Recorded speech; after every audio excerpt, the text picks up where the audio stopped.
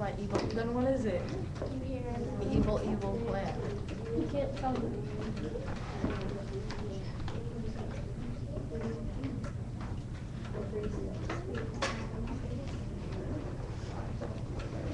He doesn't know my plan.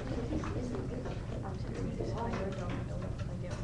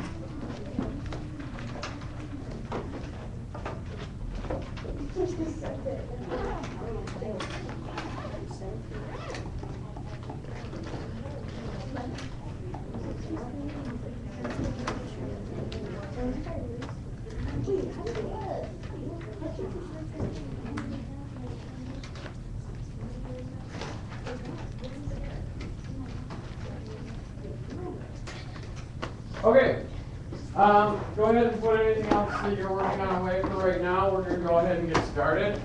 Thought we're supposed to talk about All right, today, hopefully everybody turned in their resume, so into the upper right-hand bin. So hopefully everybody have, or I'm sorry, left-hand bin, sorry. Upper left-hand bin. So hopefully that is in and taken care of. We get the first assignment out of the way. We are actually going to start our second assignment in just a little while. So we're going to start that in just a little bit.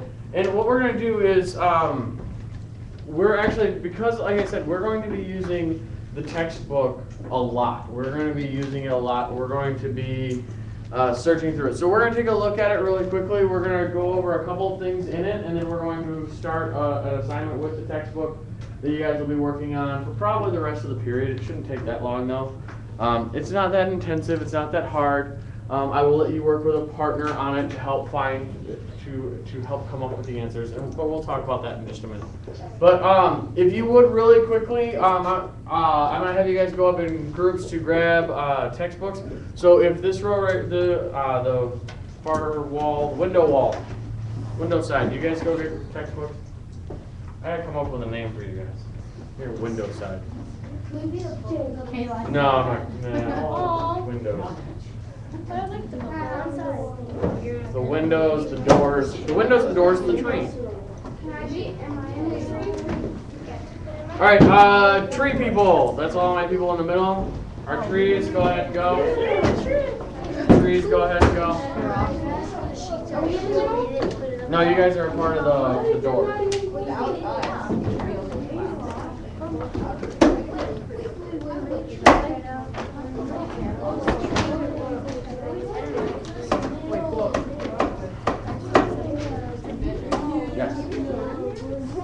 All right, doors, please go get it. Doors, please go get it. Here are the windows. Here are the trees. These are the doors. We're gonna be trees.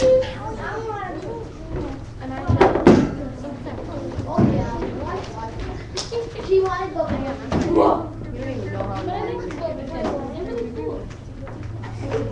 What's up with that? Stop. What is Okay.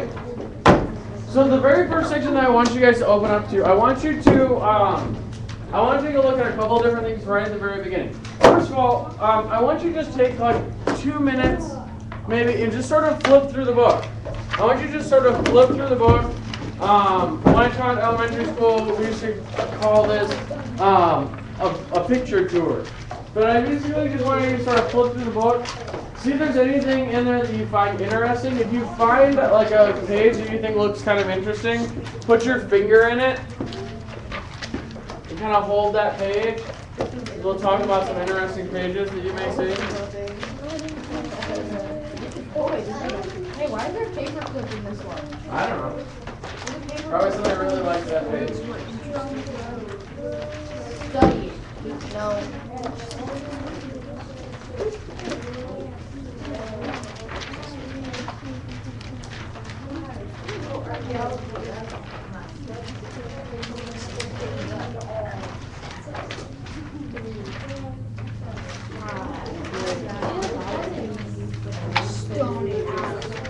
Alright.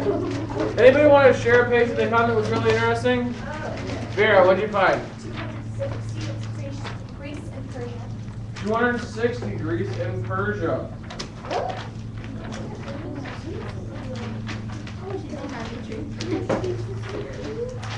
Very cool. Anybody else find one that they found really interesting? Courtney. Page 6. Page 6? What's on page 6, Courtney? Archaeology and sand people. Okay, the sand people. Alright. In the back. Oh, well, is that a page 196 and 197? It's like a Spartan. 196 and 197, it's got a Spartan on it? Yeah, like molten. Oh, yeah, I see. Okay. Foundations of Western ideas? Yes. Page 242, Greek mythology and literature. You say 242 or 342? 242, Greek mythology and literature. I love Greek mythology. Greek mythology is awesome. In fact, and the way it plays into literature is very big. A lot of people believe that the way that we tell stories, that a lot of our stories date back to the way that the ancient Greeks told stories, and that there's only a few kinds of stories. There's only a few kinds of plot lines, and everything else is just a version of that, and that they all found their basis in Greek stories. Now, I don't necessarily buy that, but some people believe that very strongly. Anaja, what did you find? 548 and 549. 548 and 549. What's on 548 and 549? Spanish, I can't say that. English, that word. 548 and 549, the Spanish Inquisition. Very interesting time period, the Spanish Inquisition. That guy dead. What page did you find? R62 index. R62, the index. What's so interesting about the index? I found pages. Ah, it's a good place to go to. Knowing where the index is actually good. It helps you find things you might need to know. Excellent. Yes. Next one, two things. Yeah, what's the next one? So one is, there's like this big Egyptian area on page 48. Okay. Big Egyptian area on page 48. What else? And then on page 676, there's a timeline of like Al-Qaeda that they're bombing. Oh. What page was that? 676? Yeah. It's very interesting. 676. Awesome. Yes. Page 118 and 119. 118 and 119. What's on 118 and 119? Civilization in India and China. Okay. All right. So there are a lot of interesting things in this book.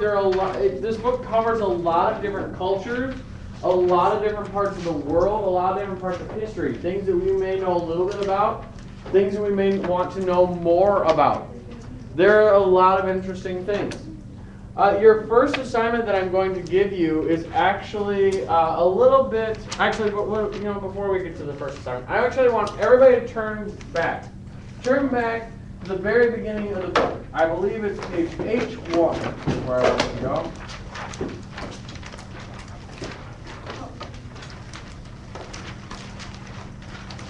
I'm sorry, H3.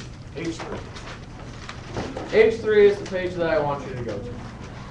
And this is very important because this is where we need to start off. Because before you start doing history, before you start learning history, you need to make sure that you are studying history in the right way. That you have the right expectations when you go in. That you're looking at the material in the right way. So there's two big things that we need to talk about right at the very beginning. What does it mean to read like a historian? In your history class, you will be doing a lot of reading, thinking, and problem solving. I promise you will do a lot of all three of those: reading, thinking, problem solving. Much of your reading and thinking will center on different types of texts or materials. Since you are in a history class reading all sorts of things, a question to consider is, what does it mean to think, read, and solve problems like a historian? We're used to doing lots of reading. We do lots of reading in language arts. Sometimes we do reading in math. Sometimes we do reading in science.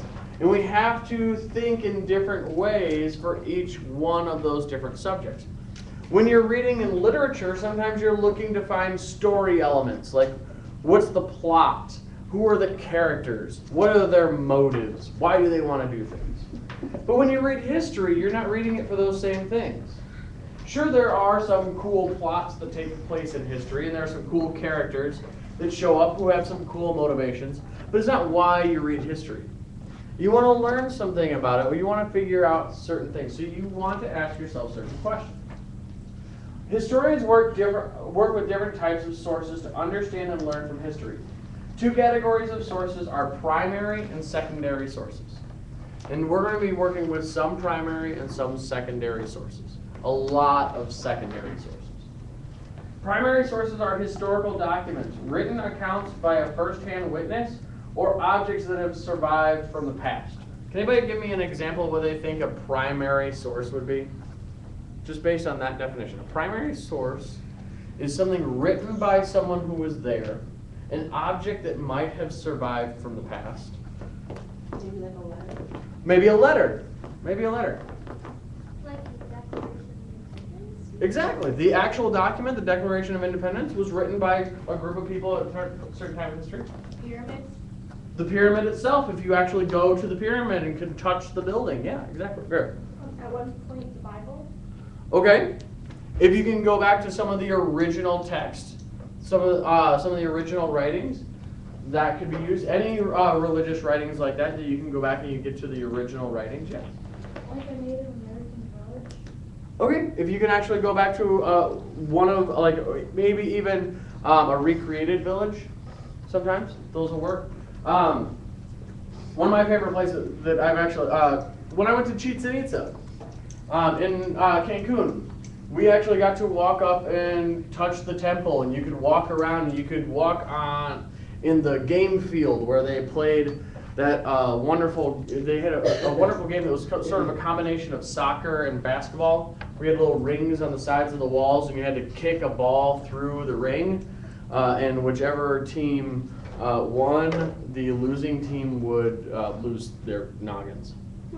So it was a really rough game, but that's the way they played it in the Mayan civilization. I got to walk on that court. Yeah. So, but I got to walk on that court and spend time. You could touch the walls and you could see the pictures and stuff on there, and I can show you pictures of those at some other time. But that's a primary source. It's something that was actually there at the time that things happened. Yes? The Colosseum.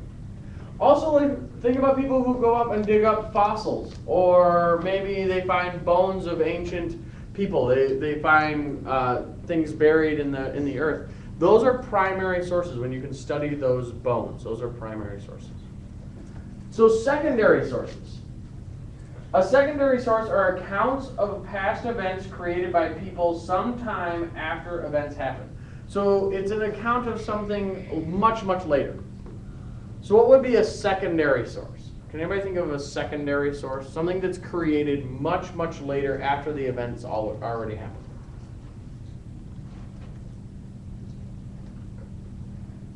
Like a book? A book. Exactly. All this entire shelf over here, which is filled with wonderful information, very good, factual, accurate information done by very good historians. But these are all secondary sources. Very few of those things up there, if any, are written by the people who are actually there. Like, take this book, for example, here. The Crusades. Now, this is kind of an older book, right? It's probably written, I would say, in the 1982 is when it was last copyrighted. So this is 30 somewhere, almost 30, well, a little over 30 years old, 31 years old, right? The Crusades, does anybody know when the Crusades took place? No. The Crusades took place in the medieval era, like they're around the 1200s, 1300s, 1400s. Is that book a primary source? Did somebody who was actually there during that time write that book? No, there's no way that's possible. Now there's great information, and they probably went to primary sources and got their information to do it, but they didn't write the book themselves. So technically it would be a secondary source. Yes? It's just like in Europe when the Black Plague came. I'm sure there are books somewhere about that. So the books on the Black Plague. Right. basically.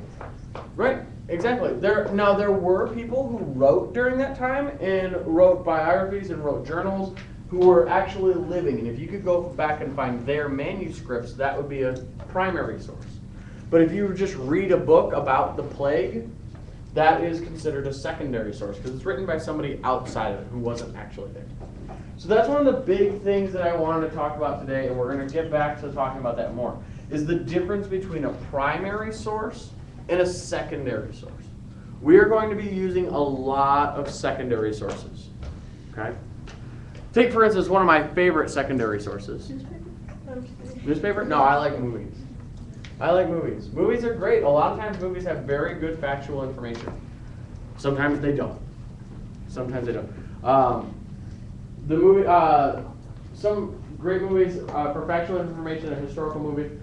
Saving Private Ryan has a lot of great historical factual movie information. Pearl Harbor, although has a terrible love story that they threw into this wonderful, this amazing story. They just threw this terrible love story in there to make it more interesting, I guess. That has a lot of great factual information. Now the movie Braveheart, which is an amazing, awesome movie, and I love, factually terrible. It's terrible. It's terrible. There's a whole lot of just historical inaccuracies in it. So you have to be careful when you're looking at your primary and your secondary sources. You need to ask yourself certain questions. That's why I want to turn to the next page. Everybody turn to the next page. How to analyze written sources. These are going to be the last two things we're going to talk about before I get you started on your work for today. How to analyze written sources. And this actually goes towards a lot of different things that you can talk about.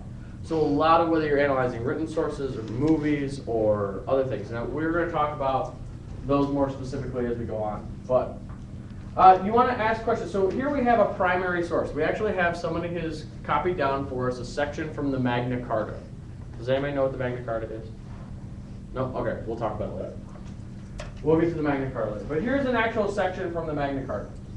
Asking questions can help you determine the relevance and importance of primary sources such as the Magna Carta, a document signed by King John of England in 1215 that limited the king's power. So the king had power over all of his subjects, and his subjects kind of rose up against him and said, you need to sign this thing limiting your power. And he did.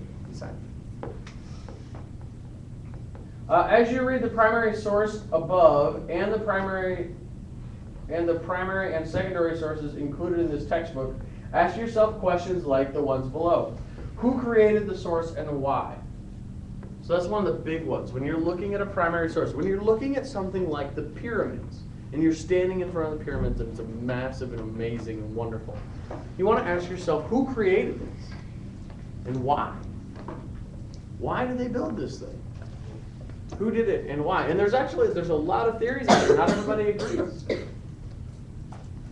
Did the writer have first-hand knowledge of the event or report what others saw and heard? So was the person who's writing it actually there at the time? So like the Declaration of Independence. When you read that, is it written by somebody who heard about people talking about it? Or was it actually written by the author of it? Are you looking at the actual copy of it that was written by the author? So you need to know who wrote it, why did they write it? Were they the actual ones there witnessing it? There's some really compelling things if you ever get a chance to read them. They're letters sent from soldiers during the Civil War, and they're letters home. And some of them are really boring and they just kind of talk about just mundane things, but some of them are really compelling. Well, they're really interesting, really heartfelt letters to family and friends about what's going on and about how they're afraid that they may not be able to write them another letter. And some of them are really compelling, and they take place, they're from people who were actually there. And then there are other letters written by their family members to other family members talking about what they've heard about. And those are considered secondary sources because those people aren't actually there at the time. Was the writer a neutral party, or did the author have opinions or interests that might have influenced what was recorded? Did the writer wish to inform or persuade others? Was the information recorded during the event, immediately after the event, or after some lapse of time? So those are also questions that you want to ask yourself. Finally, secondary sources. When reading secondary sources, such as the description of Timbuktu above, historians ask additional questions to seek understanding. They try to source the text, build evidence, and interpret the message that is being conveyed. For historians, reading is a quest to find evidence to answer or challenge a historical problem. As you study secondary sources, ask questions like the ones below. Who is the author, and what do I know about this author? It's a very similar question. When we did research papers in language arts, you kind of had to ask yourself some of the same questions, right? What were some of the places we did not go for valid research? Does anybody remember places that we said were bad? Wikipedia. Wikipedia is one. Anybody have any other ones? Like a blog. Blogs. Anybody else? Yeah, Yahoo Answers and all that. Anything that has answers in it. Why are those bad? Why are those bad?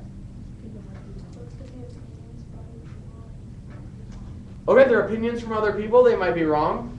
There's just random people that are just answering questions. It is. It's random people who are just answering questions. You don't necessarily know who the author is. You don't know what their status is. Are they an expert in this? Are they just some guy? You know, like it could just be some like 9-year-old just typing away about making up stuff. You don't know. You don't know who it is. So you need to know. You want to ask yourself who the author is and what do you know about the author when you're looking at secondary sources. Did the author have first-hand information? What is the author's relationship to the event? What might the author's motivation in writing this piece be?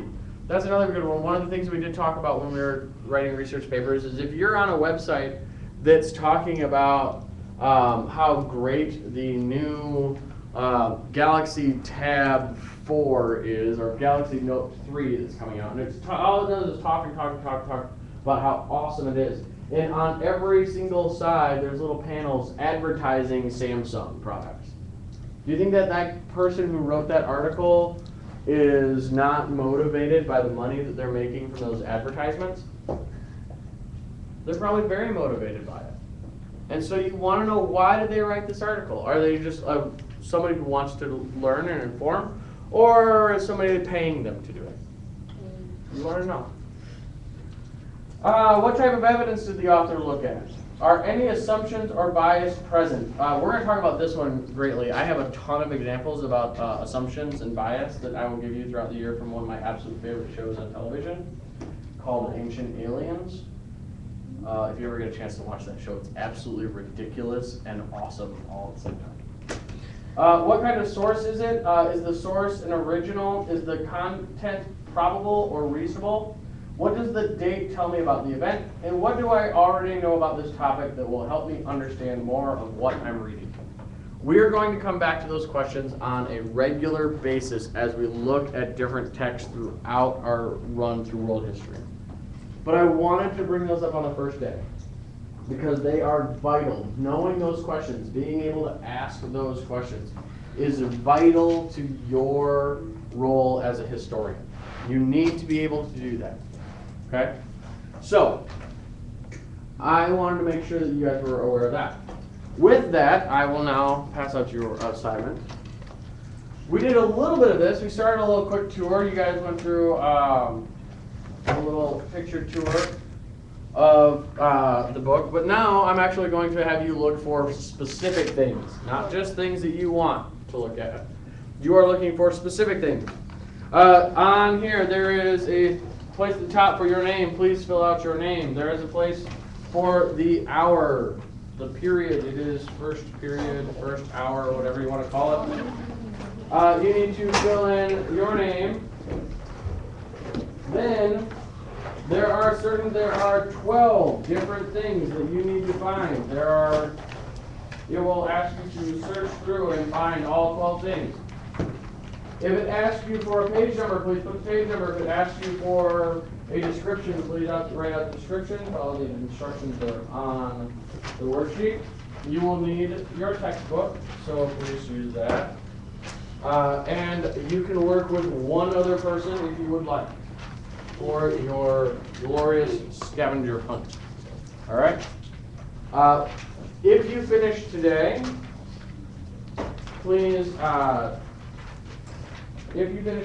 go ahead and turn it into your homework bin. If you do not finish it today, hold on to it, but you guys should have enough time to get at least halfway through it. Yes. Just make sure you're working quietly as to not disturb the people around you or the people who do not wish to work with a partner. Yes. Yeah. Because if you write the number 5, I'm not going to talk about that.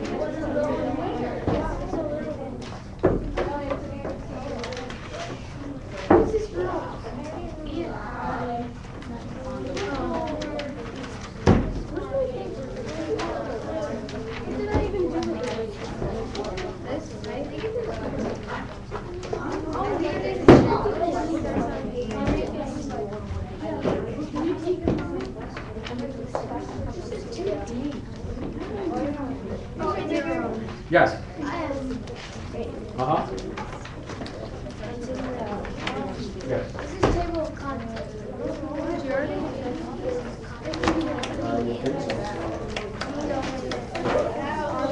I'm writing it. Are you sure? No. What price is it here? Yes.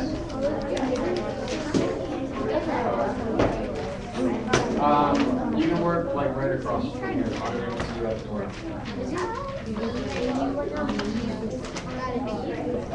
Yeah, don't put, it's a Roman numeral, whatever's at the bottom of the page. Do that.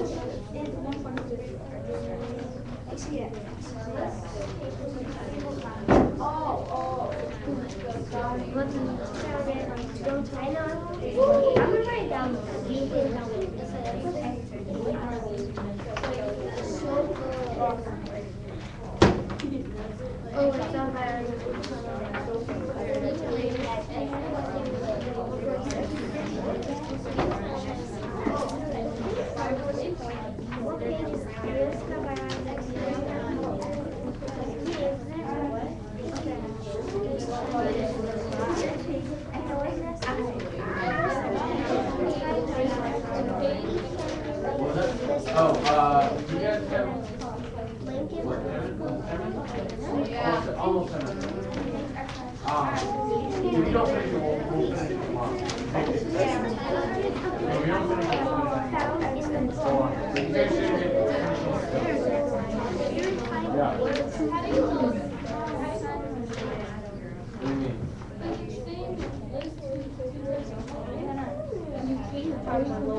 What question? Okay, it says, each timeline lists 2 types of events. What are these events called?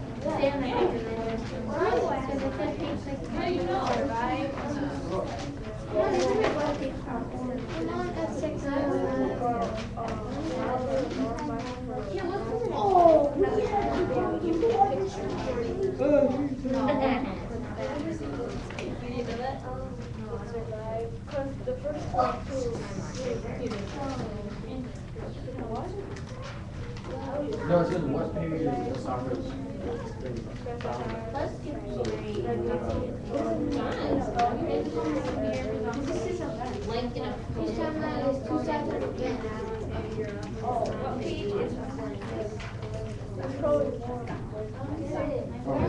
Enrique, just give me stuff. Which timeline? Is this Europe?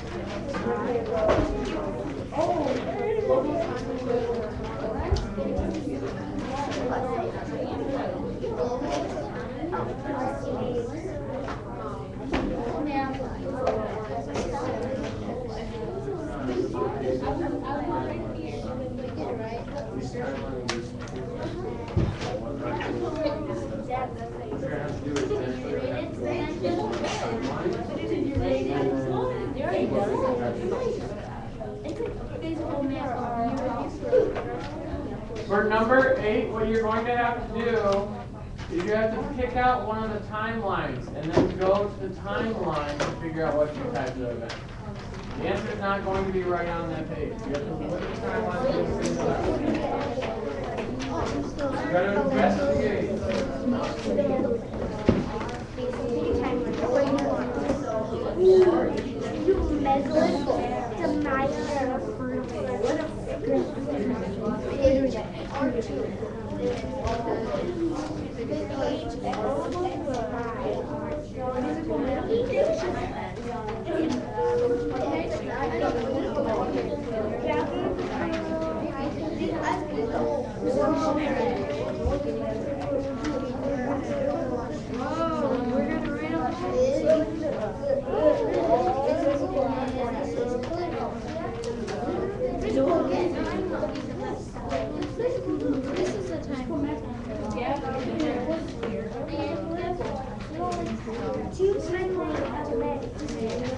That's mine. So like the front of that's what I'm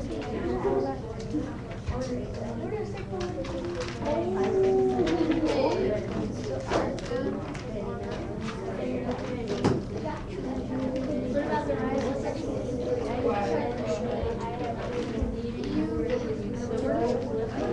about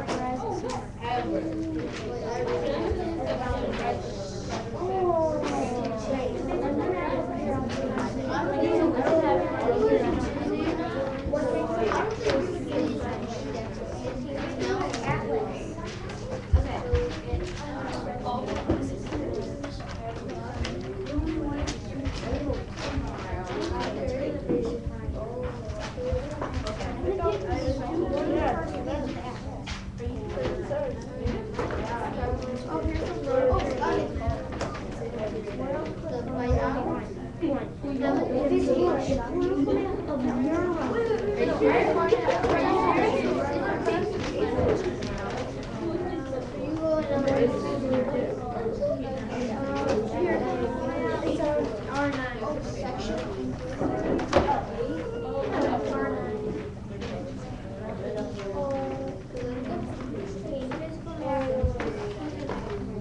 Right there.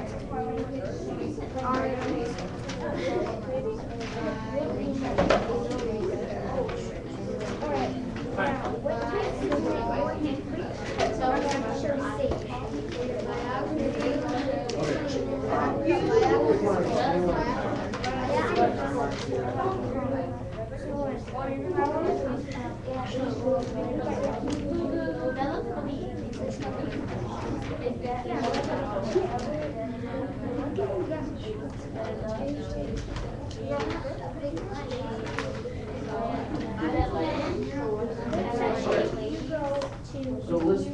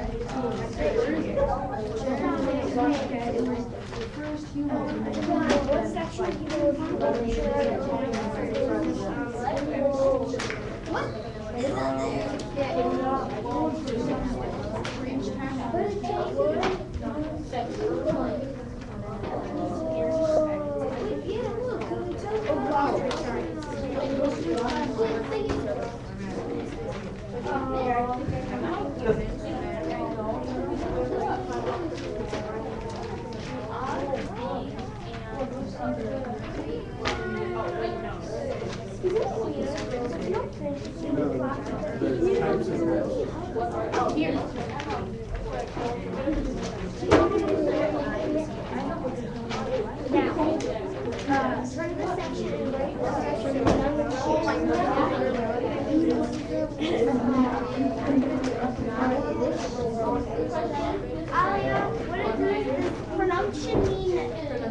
Pronunciation, sorry, I mean definition. Want to see the word?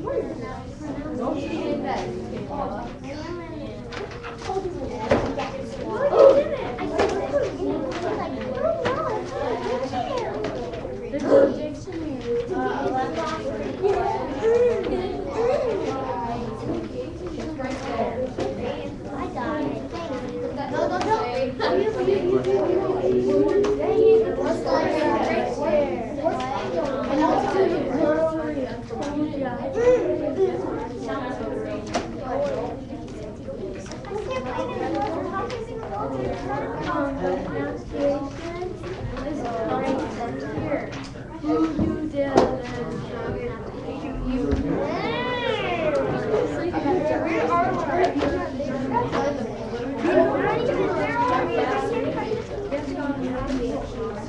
are you looking? Can't find it. Oh my God.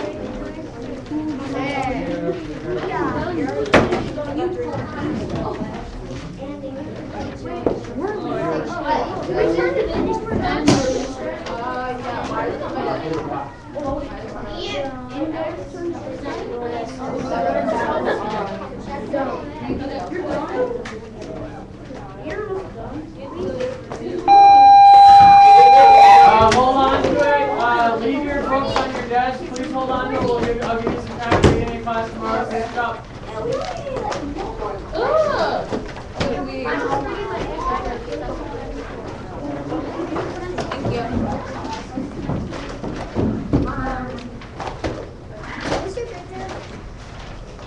Yes. No, he's gonna give us time tomorrow. Yeah. Because you can't take the book home.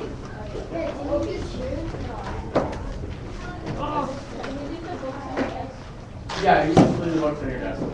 If you put them away already, that's fine.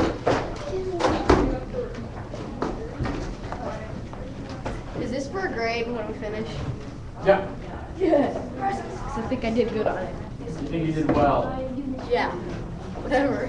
Well, ladies, bye, gentlemen. Have a wonderful day. It's a beautiful day in the neighborhood. I want to go swimming, but I'm going swimming on Saturday. I'm going to race waves.